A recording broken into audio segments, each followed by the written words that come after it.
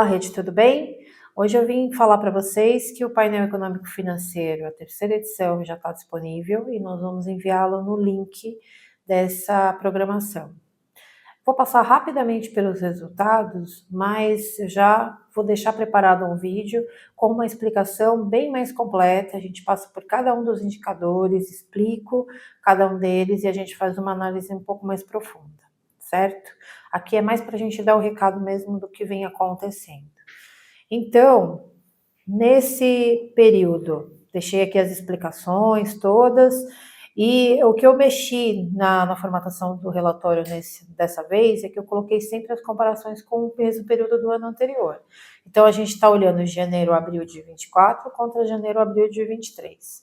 O primeiro gráfico é do resultado operacional bruto. Então, a gente consegue acompanhar a evolução de cada região, e aí, em termos de resultado operacional total, à exceção da região 6, que empatou, todas as demais cresceram um pouco em termos de comparação com o ano passado.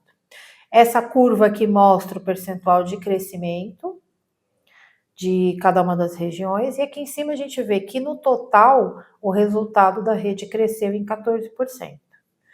Bacana, o resultado cresceu, só que aqui o que eu quero frisar é que a margem não é o que está crescendo. Então, assim, o produto que é resultado da operação de comercialização de vocês, ele não é o que está dando esse crescimento. Isso está vindo de outras receitas, como o F&I, como comissões de venda corporativa, o PIV e os bônus. Então, só para chamar a atenção de vocês que hoje, se a gente não tivesse os bônus na composição em veículos novos, essa operação estaria bastante comprometida, tá? O resultado cresce, mas é bom que vocês tenham cuidado sobre o como ele cresce. Por outro lado, as despesas totais, elas cresceram em 13%. A gente vê aqui que algumas regiões estão trabalhando realmente no gargalo, com o percentual de despesa em relação ao resultado, e no total a gente vê aqui qual é a grandeza desse valor. Aqui ao lado eu destaquei a despesa operacional, porque ela é a maior delas, a gente vê aqui pela barra que ela é mais de 65%, e só a operacional cresceu 16%. Tá? Sendo que na operacional o que mais pesa são as despesas com pessoal e as despesas de vendas, que tem comissões ali dentro, mas as despesas diversas são um problema bem sério para a rede. Depois, o lucro operacional, o lucro da atividade e o EBITDA, os três crescem, né? As três subtotais ali de lucratividade, eles melhoram em relação ao ano anterior, a exceção aqui no operacional da região 7, mas que depois se recupera, tanto no lucro da atividade como no EBITDA. O EBITDA também mostra que é uma variação de 14%.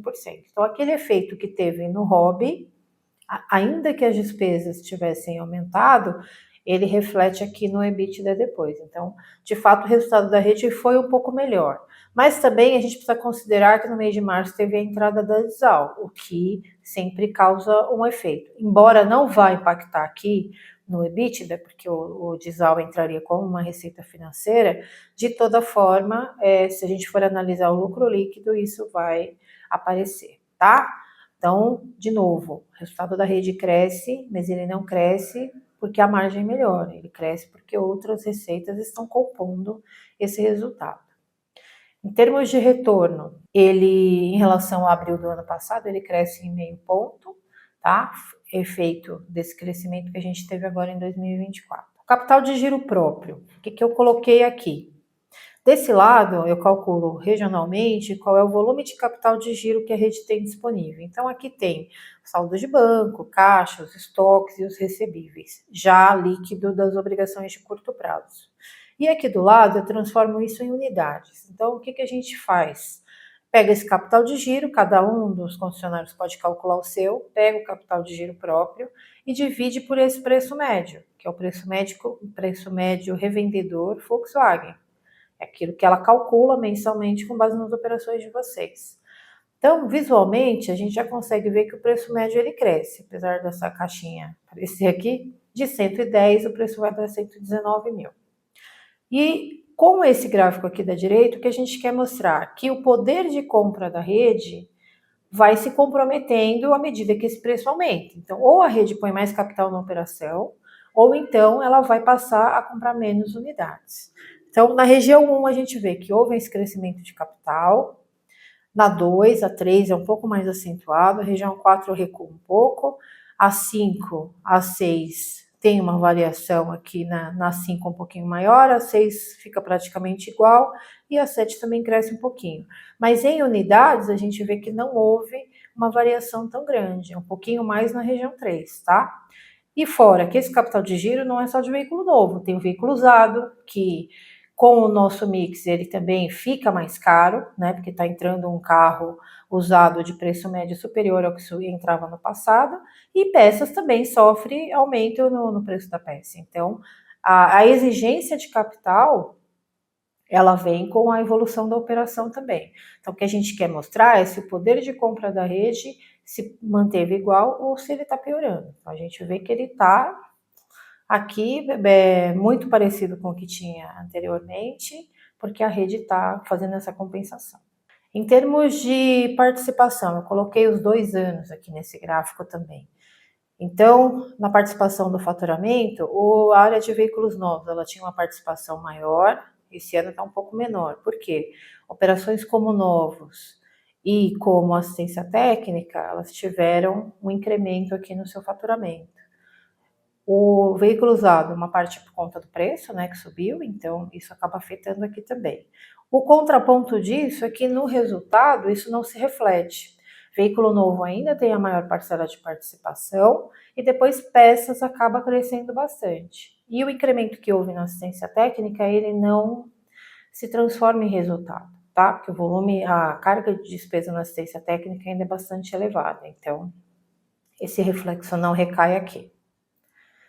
Em veículos novos, eu falei da margem, ela estava aqui, média 6,8, ela cai para 6,2, tá? Então, pode parecer que nominalmente não é um recuo muito grande, mas isso faz um efeito quando a gente aplica isso sobre o volume. O volume foi maior nesse período, então vocês venderam mais carros, porém com uma margem menor. E aí, regionalmente, estão aqui os percentuais, tá? Os dias de estoque da rede estão muito parecidos com o que estava em abril do ano passado, o estoque está relativamente estável. E aqui o ticket médio de F&I sobre hobby das áreas de novos e de usados. Então, isso está representando agora no mês de abril, 11,5% do hobby é originário do F&I. Então, de novo, a importância dessa receita para vocês. O LO de novos ficou em 43,7%, recua um pouco aqui em relação a abril do ano anterior, e aqui ao lado, isso é a média da rede, esses 43,7 aqui do mês de abril, estão aqui nessa barra, descontando a despesa financeira de juros sobre estoque, isso cai para 40,9. Então a despesa já está representando 3% do hobby de vocês em veículos novos, tá? Então, de novo, olhar a operação, olhar a margem e o tempo de estoque também. Depois em peças, aqui a gente já vê um pouco do efeito do capital de giro aumentando, a gente vê que a operação de peças está exigindo quase que R$500 mil adicional ao que tinha no passado, e aqui a gente separa as vendas de peças por segmento. Então o balcão é responsável por, em abril, 48,5% das vendas, a oficina são 37% e a diferença é que são lubrificantes. E em termos de margem, o balcão está deixando 12%, lubrificantes 3% e a oficina 12,6%. Juntando tudo, a margem de peças da rede bruta, 29,5%. Por que eu frisei o bruta? Porque aqui a gente não está descontando os impostos que incidem sobre as vendas, então isso daqui cai bastante, e eventuais despesas que vocês tenham com o comércio eletrônico, por exemplo, como a comissão cobrada pelas plataformas e os fretes também de envio. Então, 29,5% é a parte bruta, é nota de venda contra a nota de compra. O LO de peças está em 53,7% do hobby gerado nessa área, então, do 100% gerado em termos de resultado, 53% ficam na forma de lucro operacional.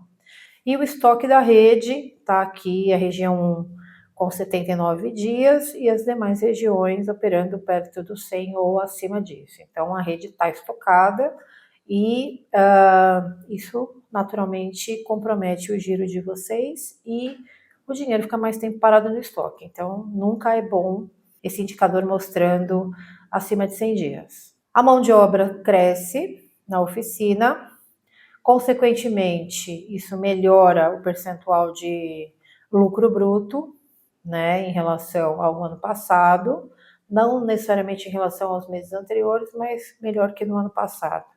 O lucro operacional na assistência técnica fechou em 18,4, aqui eu destaquei os serviços gerais, e aqui eu trouxe um gráfico mostrando o peso da despesa de pessoal, apesar da comissão ainda não estar aqui dentro, sobre o ROB. Então, dos 81% de lucro bruto que vocês geram, a despesa no mês de abril, só de pessoal, 72% sobre esse ROB, tá? Então, é um custo bastante pesado e por isso que no gráfico de contribuição, a assistência técnica acaba perdendo um pouco de percentual, porque o volume da operação é menor, né, em relação a novos, e essa despesa também é bastante pesada. E aqui, para não deixar dúvidas sobre a composição da absorção, eu trouxe aqui o gráfico do LO de peças, então mostra que isso cresceu, assim como na assistência técnica, que são valores nominais, e que a despesa administrativa ela se manteve. Então, à medida que eu tenho crescimento em peças e na assistência técnica e uma despesa igual, eu automaticamente tenho uma absorção melhor. Então, os meses de fevereiro e março, a operação estava um pouco menor por conta dos feriados, dias úteis, ela caiu, e aí aqui ela já se recupera para o nível de 80%, tá? Então, esse era o recado de hoje. Olhem suas margens, cuidem sempre das despesas e qualquer dúvida é só me procurar aqui na Sobrave. Obrigada e um abraço.